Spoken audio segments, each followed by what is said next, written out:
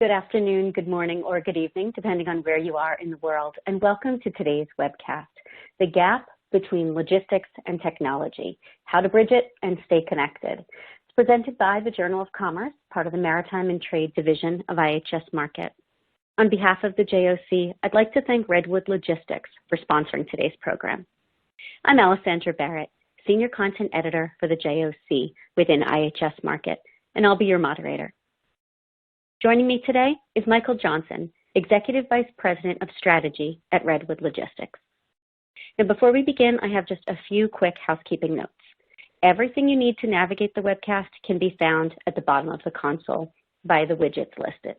Click any of these to find directions for submitting questions, speaker bios, and much more. For the presentation slides, please reach out to Redwood Logistics directly at hello@redwoodlogistics.com, and that will appear at on the closing slide as well. So one thing I want to point out is that we will be having a Q&A at the end of this presentation, so please submit your questions for our speakers at any time throughout the conversation so we can build that into the second part of our event. Just type your question into the Ask a Question area and then click the Submit button. MJ, the floor is yours. Allie, thank you for the introduction, and thank you all for joining me today. My name is Michael Johnson, or MJ, as a lot of my friends and colleagues call me, and I'm excited to be here today to discuss the extremely relevant topic of bridging the gap between logistics and technology, or really put another way, promoting connectedness in the supply chain and moving towards a world with more open networks for higher levels of collaboration between organizations and more value creation for the supply chain. Just for a quick introduction to everyone joining today, my career in supply chain started in 2007 at Strive Logistics, where I had the opportunity to work across every function of the brokerage.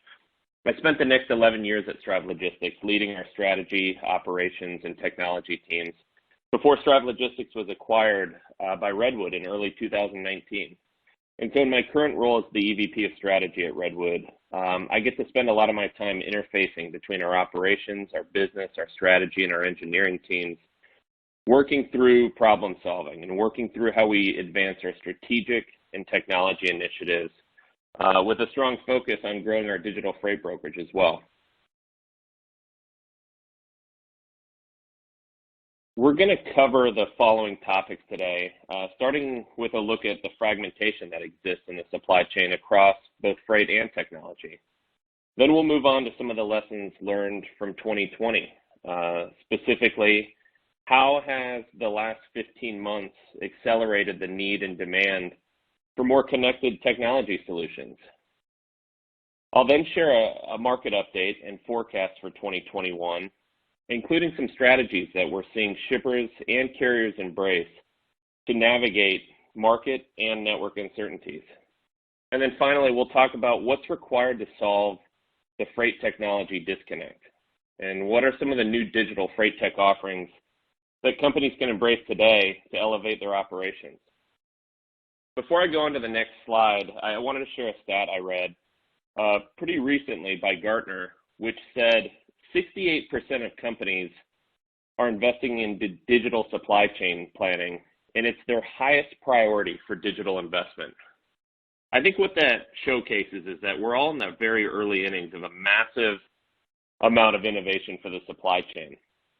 Between cloud-based solutions, APIs, data science, automation, and many other technologies that are just starting to mature into the supply chain space, I'm extremely excited about what the next phase of transformation for our industry looks like and the opportunities it will unlock for all of us. I think trends in remote work over the last year and the technology that has connected us will only accelerate how our ideas are shared and operationalized. So when we talk about freight and technology fragmentation, I think it's first important to take a look at how we got here.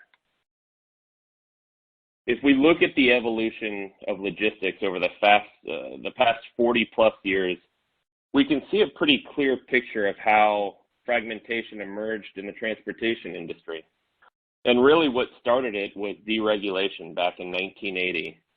And what's interesting about deregulation is it really prompted the acceleration of fragmentation across the carrier community. Between 1980, when deregulation occurred, and the early 1990s, over 1 million new carriers entered the market. So it shows that there was a tremendous amount of growth on the carrier segment. And then again, fast forward to when C.H. Robinson acquired American Backhaulers, and a new wave of upstart 3PLs were born around 2000. Many in the Chicago area, but many of the leading 3PLs found their roots around that time as well. If you rewind to that period of time, there were only a handful of technology solutions available to carriers, 3PLs, and shippers. Fast forward to 2010, and new cloud-based technology and lower development cost really started to pave the way for the proliferation of new lightweight technology solutions meant to solve specific problems for the supply chain. Over the past 10 years, we've seen an explosion of new technology and investment for our industry, to the point that the solutions are starting to become the problem. I believe the next evolution of this cycle, and what we'll see over the next 10 years, is connecting all of these disparate systems so that business can have end-to-end interoperability across their tech providers. Harmonizing both data and technology is going to take center stage as the area where organizations can unlock the most value for their business. But where are we now? So we just covered that the number of choices is more abundant, and this will continue to grow. And as the number of tech solutions grows, so too will the number of disparate systems we're all using. Compounding this issue will be custom operational work streams that businesses are introducing to streamline their operations. Pulling together this solution will be difficult. We are staring at the intersection of fragmentation now across shippers, carriers, 3PLs, and technology providers. And it seems to be a trend that's only accelerating. So we need to bridge the gap. We need to unify planning, technology, visibility, and partner collaboration, and move towards more open network planning and real-time data sharing and execution models. The reality is, variability is the new normal. Complexity of goods, lack of standardization, and volatility in supply and demand networks are exacerbating the problems we need to solve.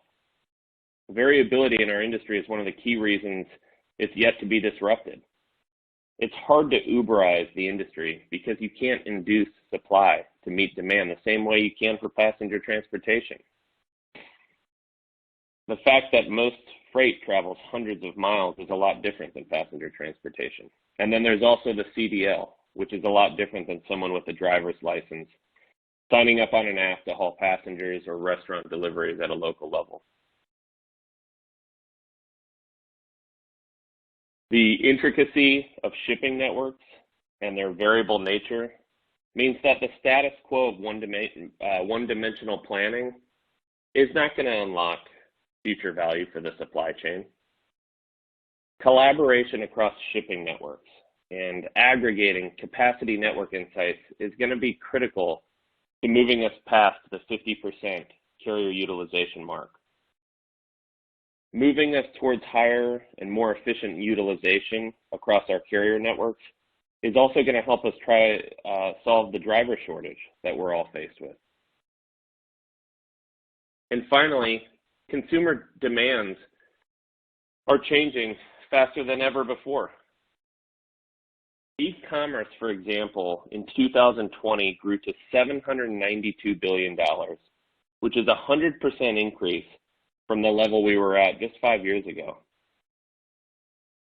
As growth in e-commerce continues to soar, consumers are also becoming more impatient. And supply chains are now global. Platforms like Amazon, Alibaba, and eBay have opened up commerce across countries. The supply chains that thrive over the next decade will employ digital strategies. They'll collaborate with more partners. and they'll leverage data and analytics. They'll operate flexible supply chain platforms so that they can respond to these changes in consumption, supply and demand volatility, and other unexpected supply chain shocks. And so what can we learn from 2020, and what did the last 15 months teach us? Well, first, the problems of the past are still present. The sharp spikes in volatility we observed that disrupted supply chain networks was unlike anything we've ever seen before. Routing guides failed, and as we'll see in a few slides, tender rejections in the market reached levels never before seen. 2020 accelerated the need for technology. At Redwood, we're getting more interest from shippers in products like our real-time pricing API so that they can quickly and confidently navigate the ebbs and flows in their network and also streamline their operations in the process. Access to real-time data and spend insights has transformed the decades-long process of contracted capacity. Supply chain leaders are now able to rethink their supply chain strategy to control costs, ensure routing guide compliance, and establish more mutually beneficial relationships with their carrier base. I firmly believe that new innovation and technology is going to enable more flexible carrier-shipper contracts in the future. I expect that the popularity of more frequent pricing events, which we're seeing this year, is going to continue to grow. And eventually, carrier-shipper 3PL contracts will evolve into dynamic rate execution. Contracted rates in the future are going to be anchored to market demand events with dynamic adjustments that go up or down based on mutually agreed upon market indicators. By moving in this direction, we'll encourage more routing guide compliance, especially during periods of volatility. We'll also strengthen relationships between shippers, carriers, and logistics companies. Pushing that supply chain towards more durable and flexible contracts is going to be a net positive, and ultimately it's going to help us move in the direction of higher and longer term network and fleet utilization.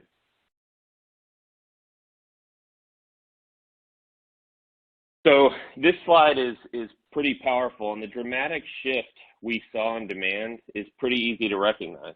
If you look back to April and May last year, you can kind of see the spike that happened in March and early April as consumers loaded up on things like home products and food and beverage and the essentials to stay remote and to stay at home. After that, the shutdowns caused a massive decline in demand in the market. And the cost per shipment dropped so dramatically that for several weeks it was below the operating break-even point for carriers. Consequently, this drove so many carriers off the road as shutdowns halted shipping across the country. If you fast forward 2 months as states began to reopen, we saw the steepest rise in rates as the supply of trucks couldn't keep up with demand from shippers. And what made this situation even worse was that structural routing guides had been fractured, which left both shippers and carriers operating at elevated levels in the spot market they weren't used to. Additional long-term consequences from the pandemic that we're experiencing now and will experience into the future were the number of drivers that left the industry due to fear of caution, due to not contracting illness. There were other long-term consequences, such as driver schools getting shut down for months, which hampered our recruiting efforts for new drivers into our industry.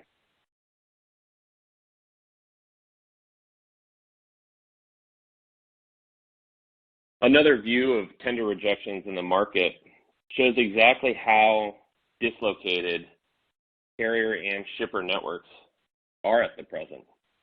Again, if you tie back and you look back at April and May, you can see that routing guide compliance was not an issue. there was not a lot of freight moving, and carriers were hauling as much freight as they could. Fast forward into July and August, and the structural dislocations became apparent through routing guides. I think what is unique about how long tender rejections have remained at historically elevated levels is the duration. Typically in our 3-year cyclical supply and demand cycle, these sorts of issues generally lead to contracted rates improving, which leads to less freight in the spot market.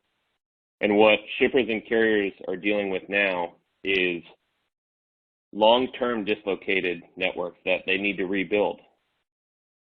In addition, strong consumer demand is pushing the demand side up, coupled with a driver shortage and these transportation networks that need to be reset and rebid.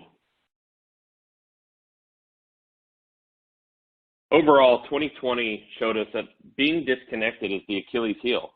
It's costing organizations time and money. And the biggest innovation through 2020 has been connecting with each other, problem solving over tools like Zoom, Teams, WebEx. Most businesses were able to quickly streamline how we operate in a remote environment using technology. The next part of this cycle is now connecting our systems with each other to streamline how our technology can operate.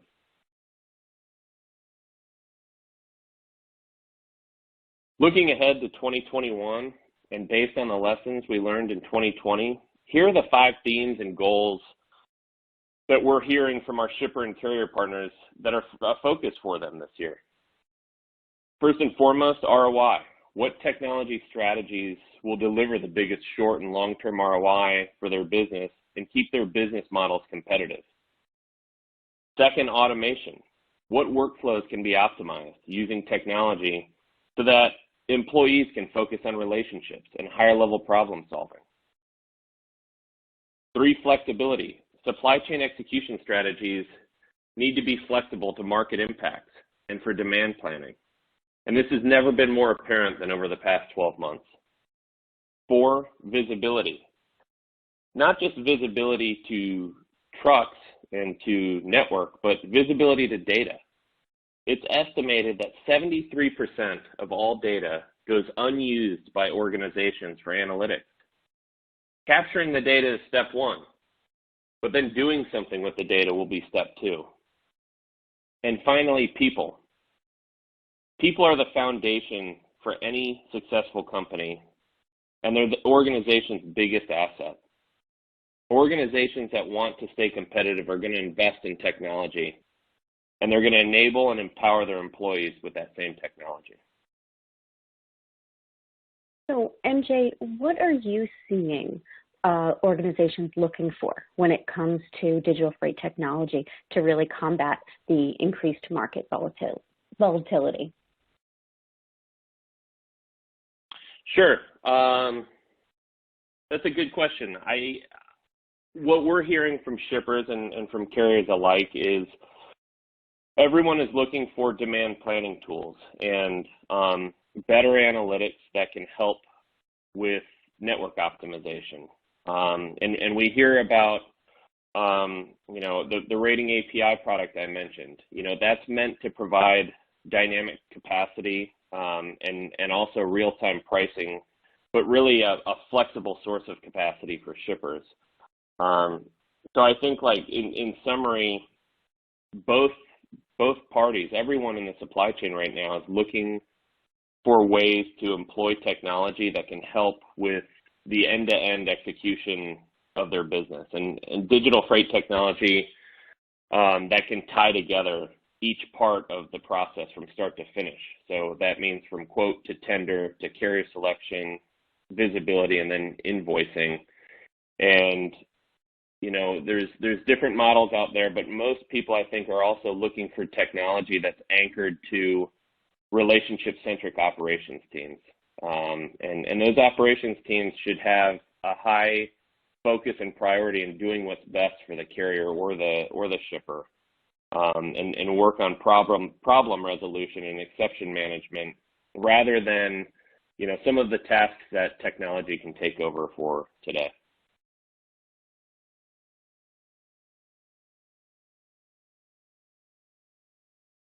And so with that, we'll now take a look at transformation investment strategies for 2021. First, though, what has the market told us so far this year, and what is driving companies towards digitalization? Well, I think, now that we're 4 months into 2021, we can confirm the economy is in the midst of a V-shaped recovery, and likely will finish ahead of the pre-crisis trajectory we observed before the pandemic. So what that means is a boost in GDP ahead of expectations before the crisis started. Some of the factors driving this are historically low inventories, more regional shipping trends to keep up with next day and same day consumer expectations. And I think also trends in deurbanization and remote work are driving different types of consumption. We're seeing more consumption from big box and retail stores as in-home dining becomes more prevalent and as more people move away from cities into the suburbs. Anecdotally, a new poll run by Wells and Fargo showed that 37% of millennials were committed to leaving the cities they were in within the year. And then finally, there are trillions of dollars of government stimulus flowing right back into the economy right now. And much of that is in consumption of goods and materials today rather than service-based items. So it's all creating this perfect storm of extremely high demand in the market.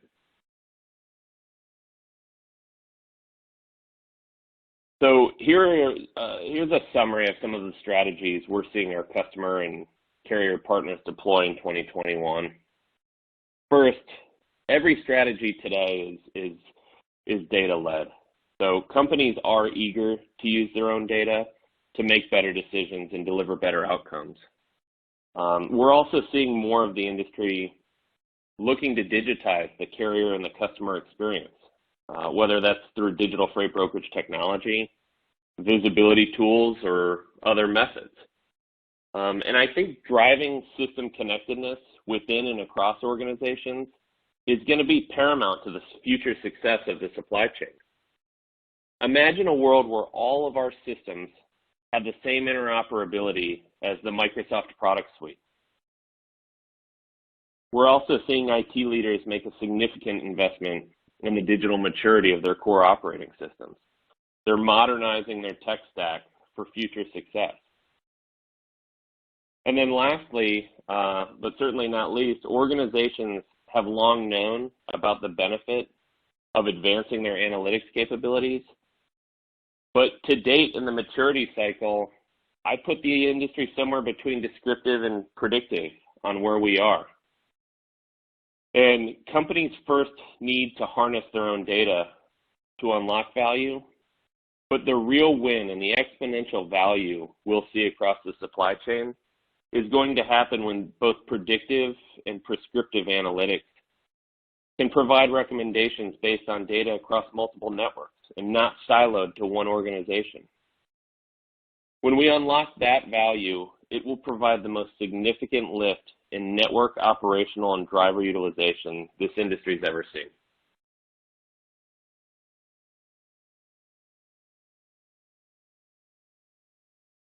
How do we solve the freight tech disconnect?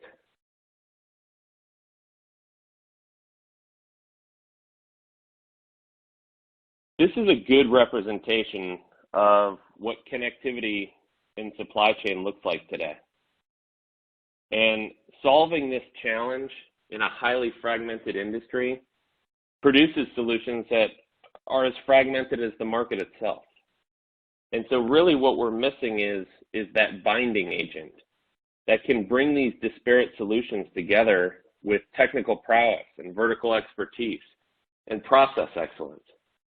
Some of the major areas these new solutions are coming in to solve include our manual processes, limited visibility and communication, static pricing, and less capacity.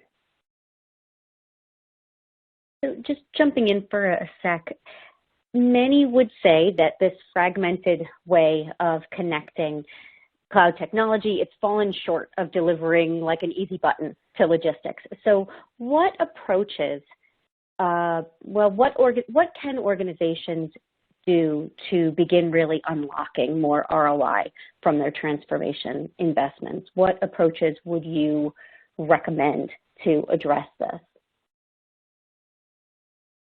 Yeah, that's a really good question. And it's actually, the base case for where a lot of our investment at Redwood is happening right now, which is, Redwood recognizes this problem of the fragmented connectivity, and we're actively investing in solving this problem, not only for Redwood, but for all members of the supply chain. So just jumping ahead, I think this slide helps illustrate the solution we're trying to bring to the market to unlock more of that value for every constituent in the supply chain. And really what this is and what the Redwood Connect product is about is a one-to-many integration layer that we're building for the supply chain community so that businesses and organizations can quickly integrate and connect to thousands of additional trading partners. The Redwood Connect framework really allows tech teams to repurpose their integration work and at a much lower cost. And so to date, Redwood has partnered and integrated to some of the largest tier 1 TMS providers in the country.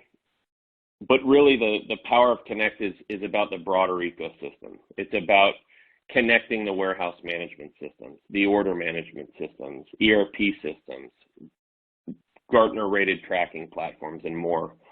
So at Redwood, I think our vision is really grounded to how do we facilitate connectivity to all systems within the supply chain and beyond, and then enable value creation for all parties that are leveraging this data and the process automation opportunities that exist across the entire ecosystem.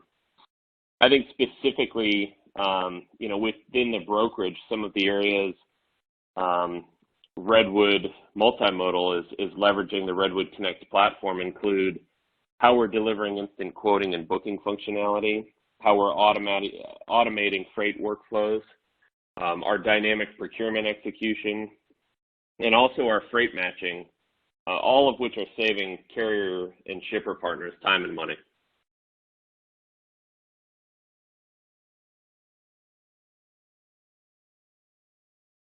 So we just covered some of the Redwood approach, but we'll use the next few slides to go a little deeper.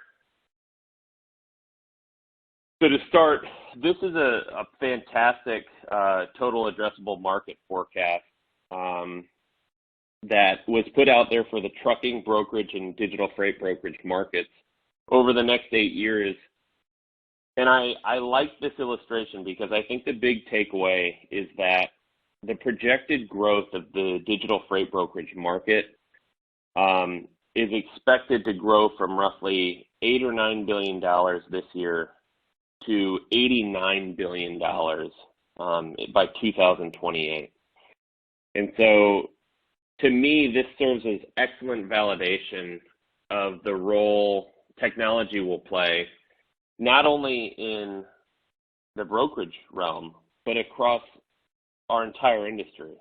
And so if digital freight brokerage is expected to be a $90 million revenue segment, you can imagine the size of the technology market share across all of our supply chain services that will exist and that we're going to be part of over the next 7 years.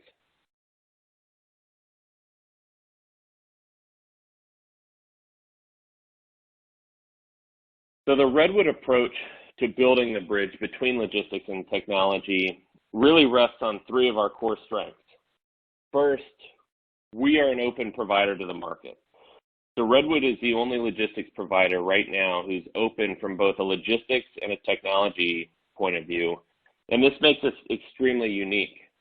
I think our logistics experience also sets us apart from our peers.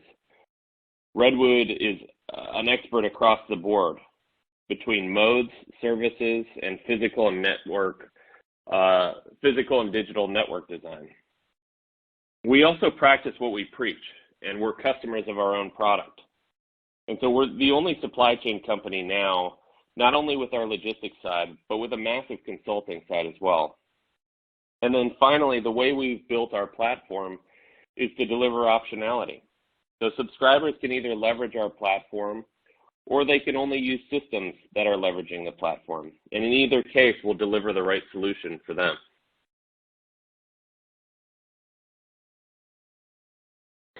A few examples of digital solutions powered by our Redwood Connect platform include our TMS platform connectivity.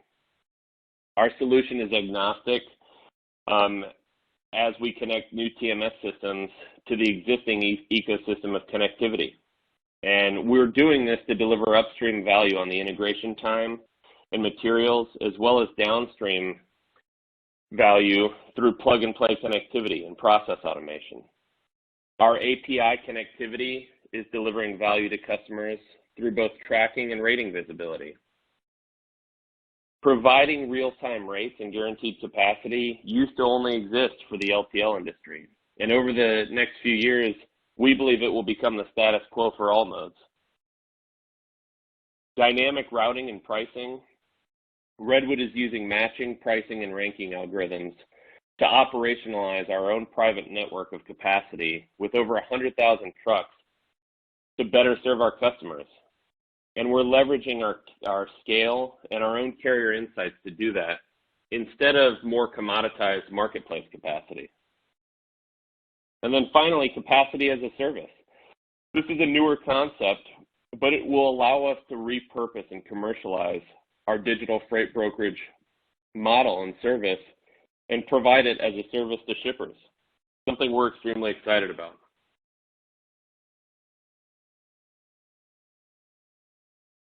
So platform connectivity, we've covered some of this in detail, but the platform connectivity powered by Redwood Connect is really the binding agent to bring all of the technology and network disparity together. I think the illustration on this slide is a good view of what we're trying to accomplish, but a better visual would be if this was more three-dimensional. Essentially, what we're trying to build is a platform that can power a network of networks across the supply chain and that anybody can subscribe to for connectivity.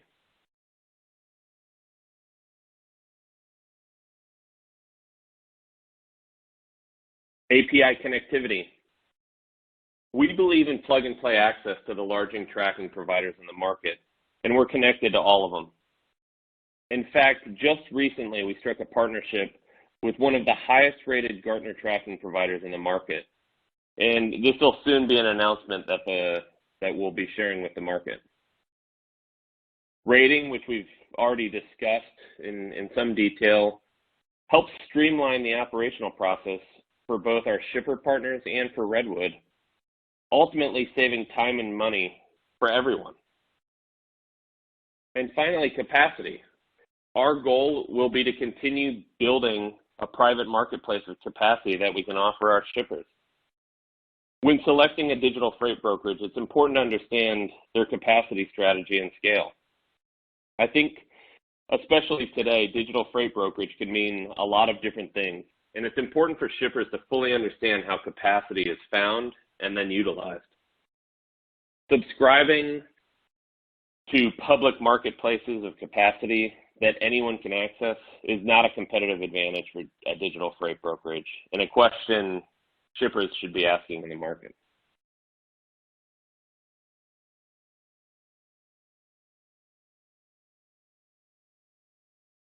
And then delivering value.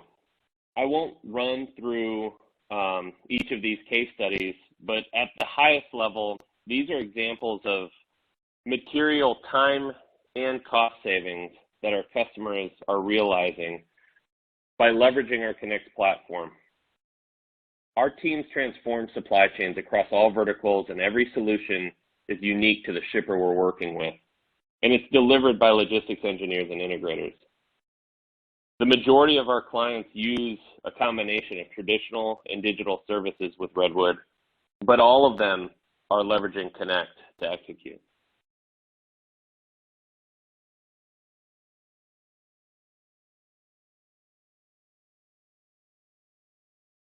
And so just to summarize, we've talked about a few themes here, but first and foremost, organizations are frustrated with their transformation investments and their associated ROI.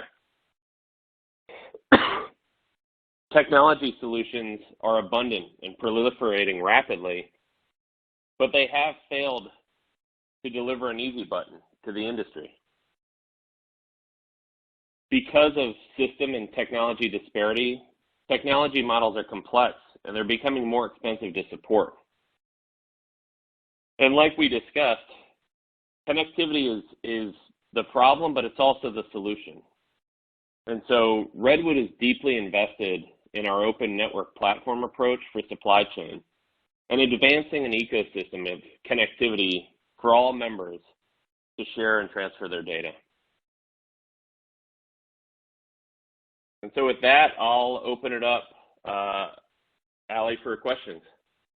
Great, thanks a lot. Really great presentation. A reminder to everyone to submit your questions. We've got a little bit of time here so we can work through as many as we are able.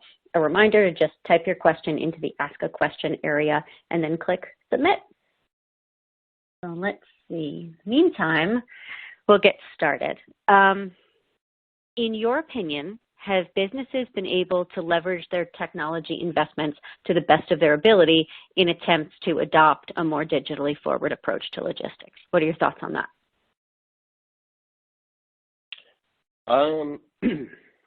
I think a lot of companies are placing a lot of focus on how they can leverage, a more digitally forward approach to logistics.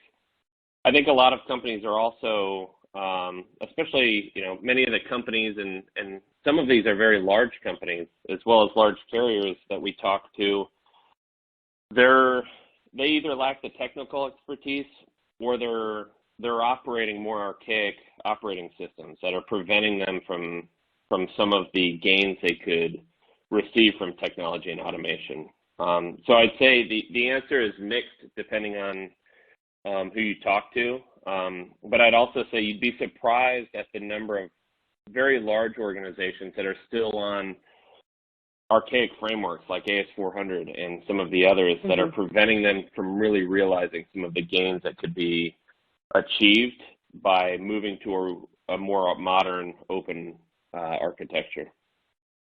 Sure. Okay, here's an interesting one. I see what Redwood wants to do with streamlining all the different apps. Redwood becomes a middleman who consolidates the data to the customer. What our team is running into now is that when something breaks, there's the blame between the source of the data and the middleman. How will Redwood take ownership of the process? For example, when something breaks, we want a single point of contact to correct the issue, not a redirection to another system. Yeah, I think that's a really good question and something that is top of mind as we become sort of that platform for connectivity. So it's something we have dedicated teams now on site to support. And I would expect that through the larger commercialization of our product, we're going to continue to monitor the data transfer and the viability of our network connections. So certainly something we would assign dedicated support staff to help work through as we continue to add additional partners to our network. This is more of a wide angle question. How does a lack of connectivity between shipper systems, apps, and partners impact their business as a whole? I guess looking to really just get your thoughts on that bigger issue. I think it presents a lot of lost opportunity. The lack of connectivity is exposing a loss of productivity. And so, productivity goes down when supply chain operators have to switch from one system to another in order to manage transportation from end to end. And so in those scenarios, what we've observed is there's just a lot of manual touch points involved in the process that could be streamlined with system connectivity and with technology. The last piece, which is likely under-realized, is that the data between systems is likely not congruent. So it has to be mapped and normalized in a database like Snowflake to derive any sort of value or meaning. And if you look at the rise in popularity of Snowflake, you can see, I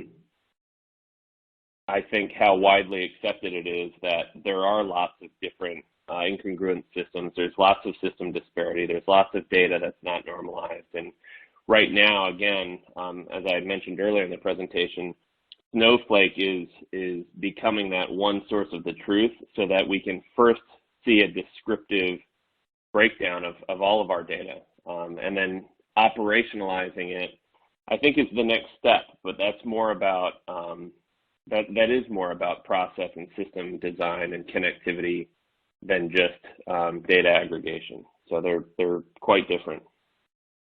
Okay. Your vision of becoming the glue for supply chains is excellent, and certainly what has been lacking. Who are your main competitors right now? Is it Convoy and Uber Freight, or solutions such as Chain.io, or both? Yeah, it's a really good question. I would say we don't view any of those companies you mentioned as competitors. In fact, we would view them as partners and potential customers on our network. Our long-term vision is to be agnostic of anyone who wants to be part of the platform and not exclude anyone. It really is about driving more scale into the ecosystem of connectivity so that everyone can unlock the value from it. And so, from where we are from a growth perspective, I think we've just started to get the flywheel turning. But as we continue to add partners to our Redwood Connect network, I think the network effect becomes larger and the value it unlocks for all parties grows with it. How have Redwood shippers and carriers been able to benefit from an all-inclusive digital logistics platform? Sure. So, as I mentioned, especially within our brokerage, our brokerage leverages our Redwood Connect platform to deliver the digital logistics experience. So for shippers, we want to provide real-time and full transparency for everything from quote to invoice and everything in between. And so I think getting the information to shippers quickly and into the operatings they're using reduces friction. A good example of that is how we're embedding our rating API solution with Redwood Connect directly into the Tier 1 TMS system our shippers are using, so it becomes a natural part of their existing operations. And then, on the carrier side, we're really we're in phase 2, I would say, of building our digital fleet. Right now, we have 4,000 carriers, part of our digital carrier membership, and that comprises close to 150,000 tractors. Our goal is to triple that tractor count by the end of the year. So as we, again, are able to subscribe and bring in more partners to our ecosystem, I think that will only unlock value for each party, shipper or carrier in our network, because of the network effect. Okay. I just want to remind people to submit questions, and at this point we have a few minutes left. Don't worry about that. Maybe that question's already in the system. Someone else has asked it. If they come in and they're similar, we just are kind of combining them and it makes for a more robust question. So don't worry if you think that your idea is one that someone else is asking about. So let me jump back in. Carriers are one of the biggest technology deficient sources that have few online resources, booking, tracking payments, etc. However, they're starting to appear in the market, and we are starting to see those entities move to a more digital world. What does your model do to help push those other supply chain entities, primarily ocean and air carriers? What incentives are being pushed out to help get more partners on board? Yeah, that's a really good question. I would say, at this time, we have a really carrier-centric approach to building up our digital freight brokerage scale based on the client footprint we have and the opportunities we believe we can provide to both our carrier and our shipper partners. I think it's a great call out, which is there's an abundance of new digital technology available to allow small and medium-sized carriers to execute digitally. Our goal, first and foremost, will always to be carrier-centric, though. And so as we build out our existing digital freight brokerage strategy and the connectivity we have, we will certainly continue to add on channel partners, I'll call them, so that we can distribute relevant load visibility to the right carriers that we have relationships with. But I think the limitation for some of the new technology coming out there is we don't want to ever feel like our transportation strategy is a commodity on behalf of the shipper. We want to retain our competitive advantage, build our relationships and the value we can provide to long-term carrier partners, and try to operationalize that data rather than work through transactional opportunities that may exist through new apps or load board marketplaces. Great. With so many systems, what is a recommended approach when systems meet with incompatibility? I guess it would depend on what the use case is. It's a tough question to answer without an example, but I think having an integration layer can help transform data so that it can be congruent with other systems, but it does really require that solution like a Redwood Connect to do the transformations so that data is normalized and it can be operationalized between one system and another. It's really about how do we create that universal translator so that we don't have those problems between systems working with one another. I love seeing the follow-up questions here. It really, everyone's jumping in a nice way, that it's a nice dialogue. So definitely ask questions on what other people have asked questions about, and we will make sure that MJ clarifies and we get all of his information out today. What role do you see IoT devices playing in a digitized 3PL world? It'll be huge. I'm struggling to find the words, but when you introduce that as sort of the fourth dimension to the topics we discussed today, I think system interoperability combined with interoperability between, robotics and IoT devices is going to be transformational. And I think in a net positive way for everyone here, because we will be able to automate and streamline not just process between technology and systems, but also in the physical world as well. And so IoT devices are going to have a outsized impact on our industry, especially when it comes to e-commerce and understanding trends and having data feedback come in real time. I think it's going to present a really exciting opportunity, and I think there's going to be a proliferation of IoT devices. I think that will emerge as strongly, if not in a bigger way than we've seen over the past 10 years with new tech solutions built for the supply chain. Could you spend just a minute or two more on that? What applications are you most excited about? Where do you really see potential that will drive innovation on your side?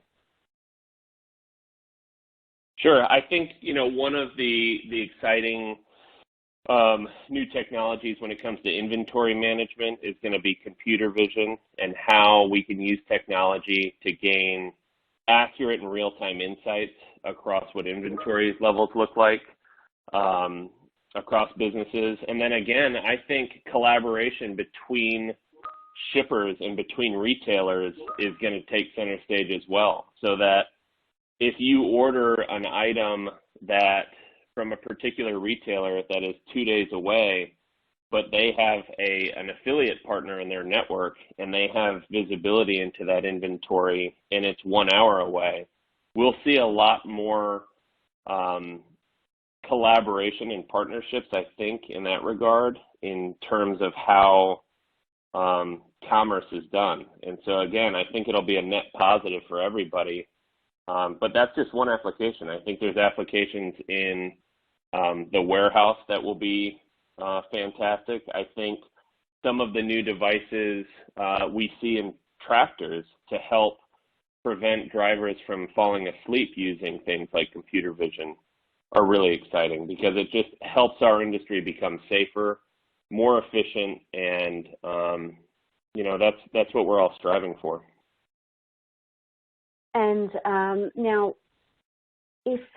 when someone comes to you, when a potential customer comes to you and says, look, I fully believe that we need to move in this direction, but I'm getting resistance, what is the leading, if you have to just give them one bullet point of how to convince, what is that? Yeah, I think, again, it depends on the specific shipper and what they're striving for. I think if you look at so many of our solutions that are part of the Redwood Connect platform, it's free to shippers to integrate. So whether it's our rating API or a tracking solution, there's no upfront cost to do the implementation or the integration. And because we already have most of the TMS, the big TMS systems on our platform, we're able to spin the connectivity up in a matter of hours. I think if it's a smaller shipper or a different mode, it would kind of depend on the case. But ultimately, what we would try to do is present a business case and project an ROI, and then work from there, and basically give our points of contact the use case and the ROI associated that they can then use to convince some of the other business partners they're working with. Great. Well, we are conscious of everyone's time and how many meetings and webcasts people have, so we had agreed to end this a couple minutes early. I will say that any unanswered questions, if we felt that there was some overlap there, if your question wasn't answered, it will be answered in email directly. So I want to thank MJ. I want to thank everyone for joining us today. The webcast will be available on demand within 24 to 48 hours, and you'll receive an email reminder about that. Also, for more information related to today's webcast, including where you can leave us your evaluation, please visit the resource link on the webcast console. Again, thanks for attending today's webcast, The Gap Between Logistics and Technology, How to Bridge It and Stay Connected, presented by the Journal of Commerce, part of the Maritime and Trade Division of IHS Markit. On behalf of the JOC, I'd like to thank Redwood Logistics for sponsoring today's program, and many thanks to Michael for an outstanding presentation and a great discussion. I'm Alessandra Barrett. Have a great day. Thank you, Allie.